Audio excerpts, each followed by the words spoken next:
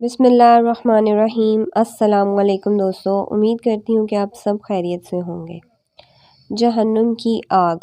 حضرت جبرائیل علیہ السلام حضرت آدم علیہ السلام کا کھانا پکانے کے لیے دوزخ کی ایک آگ کا چھوٹا سا ذرہ لائے۔ جب اس ذرے کو زمین پر رکھا گیا تو وہ زمین کی ساتوں تکبہ کو سوراخ کرتا ہوا اپنی جگہ پر جا پہنچا۔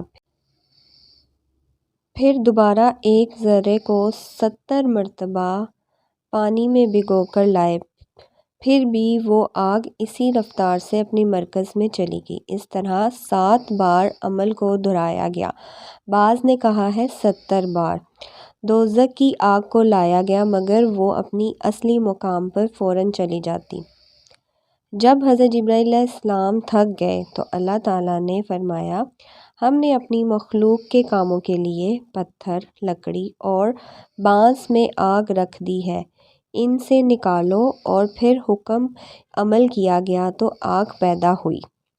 حدیث شریف میں ہے، روزہ قیامت فرشتوں کو حکم ہوگا دوزخ کو اپنے مقام سے باہر نکال لاؤ، بس اسے 70,000 طبقوں اور زنجیروں سے باندھے باہر لائیں گے تو وہ ایک خوفناک چیخ مارے گی جس کی وحشت سے تمام لوگ منہ کے بل گر پڑیں گے اور نفسا نفسی کی پکار ہوگی۔ اسی پریشانی کی گھڑی میں حضرت محمد صلی اللہ علیہ وسلم امتی امتی کا اعلان فرمائیں گے۔ ہر شخص اپنی ذاتی نجات کا طالب ہوگا اور یوں پکار رہا ہوگا، الہی مجھے اس آگ سے آزادی فرما۔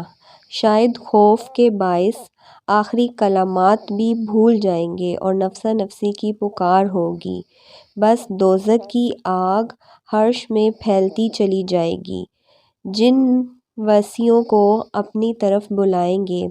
ایسی خوفناک حالت میں سبھی آپ صلی اللہ علیہ وسلم کو پکاریں گے، فریاد کریں گے، یا محمدی وا محمدی، یا احمدی یا محمدی۔ آپ ان کی فریاد رسائی فرمائیں گے اور پھر گنہگاروں کی شفقت کا دروازہ کھولا جائے گا۔ آپ صلی اللہ علیہ وسلم منتاج کی دعا کے لیے ہاتھ بلند کریں گے۔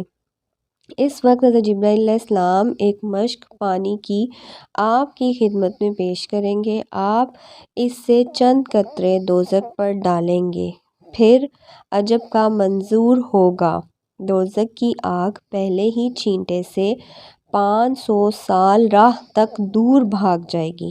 آپ صلی اللہ علیہ وسلم فرمائیں گے، یہ کیسا پانی ہے؟ حکم ہوگا، یہ ہمارے گنہگار بندوں کے آنسو ہیں جو دنیا میں ہماری گرفت کے خوف سے روتے روتے جاری ہوئے تھے۔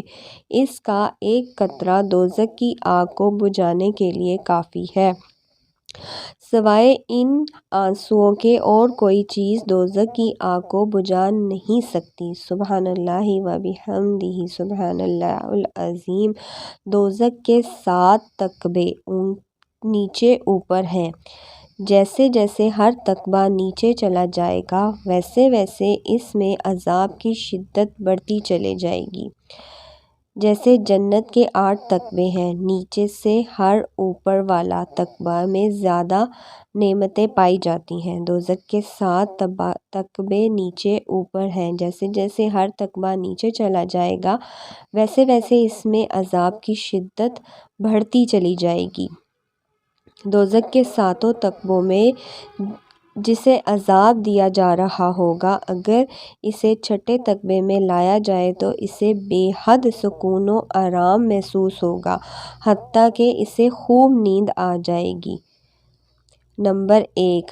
ایک مرتبہ نبی پاک صلی اللہ علیہ وسلم نے حضرت جبرائیل علیہ السلام سے پوچھا، دوزخ کے طبقات میں کون کون سی لوگ ہوں گے؟ انہوں نے عرض کیا، جو دوزخ کا 7واں تکبہ ہے وہ منافقینوں کا ٹھہرنا ہے، اور جن لوگوں نے خداوندی کا دعویٰ کیا ان کی بھی یہی ٹھکانہ ہے۔ نمبر 2۔ یہ دوزخ کا 6واں تکبہ ہے جس میں مشرکین عذاب پائیں گے۔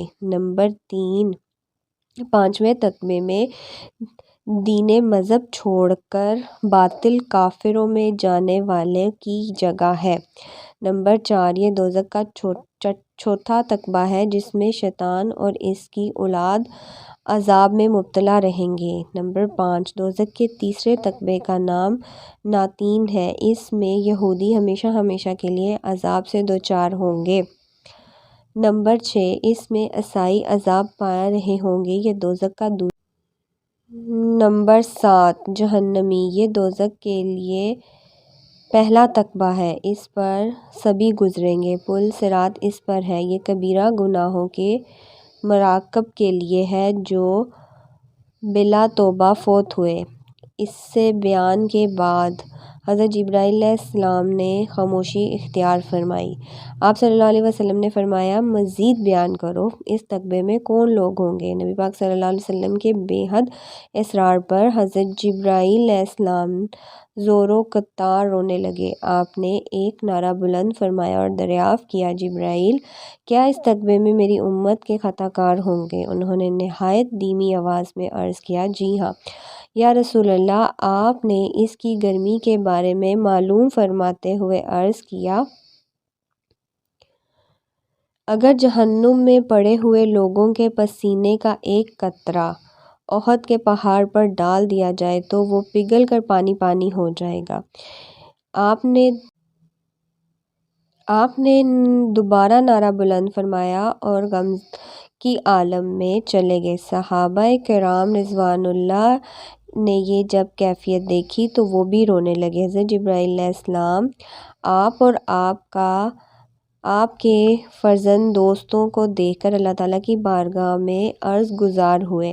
اللہ تعالیٰ نے فرمایا، جبرائیل، میرے حبیب صلی اللہ علیہ وسلم کی خدمت میں فوراً جاؤ اور بشارت سناؤ کہ آپ غم نہ کرو، میں رحمان اور رحیم ہوں، رحمت العالمین ہوں۔ آپ کی امت کا جو بھی فرزند نماز مغرب کی سنتوں کے بعد کسی سے بات کرنے سے پہلے 7 مرتبہ یہ کلمات پڑھ لے گا، اللہم اجرنی من النار یا مجیرو، الہی مجھے دوزخ کی آگ سے محفوظ فرما، اسے محفوظ فرمانے والا تو میں اس پر جہنم کی آگ حرام ٹھہراؤں گا۔ ایمانداروں کو چاہیے کہ اس دعا کو بکثرت سے پڑھتے رہیں۔ دوستو، اسی طرح کی سبق آموز ویڈیو دیکھنے کے لیے میرے چینل کو جنہوں نے ابھی تک سبسکرائب نہیں کیا لازمی سبسکرائب کر لیں، بیل کے آئیکن کو پریس کر لیں جس سے لیٹسٹ ویڈیو کا نوٹیفیکیشن آپ کو ملتا رہے۔ اپنا بہت سارا خیال رکھیں، دعاؤں میں یاد رکھیں۔ انشاءاللہ آپ سے نیکسٹ ویڈیو میں ملتے ہیں۔ اللہ حافظ، جزاک اللہ، فی امان اللہ۔